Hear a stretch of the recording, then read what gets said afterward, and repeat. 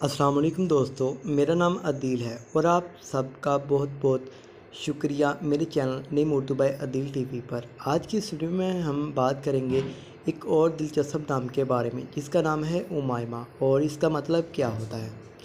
उमायमा उमायमा नाम एक बहुत ही प्यारा और मशहूर नाम है। ये नाम अरबी ज़ुबान से लिया गया है और इसका मतलब है मेहरबानी या रहीम। इसका मतलब बहुत ही शफ़ीक और दयालु है।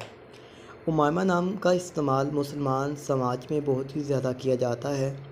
उमायमा नाम के साथ कई सारी कहानियाँ और अहम रिश्ते जुड़े हैं। ये नाम कुरान पाक में भी आता है। उमायमा नाम का इस्तेमाल मुसलमान ख़वातीन के लिए ज़्यादा किया जाता है। ये नाम उनकी मीठी और दयालु शख्सियत को दर्शाता है।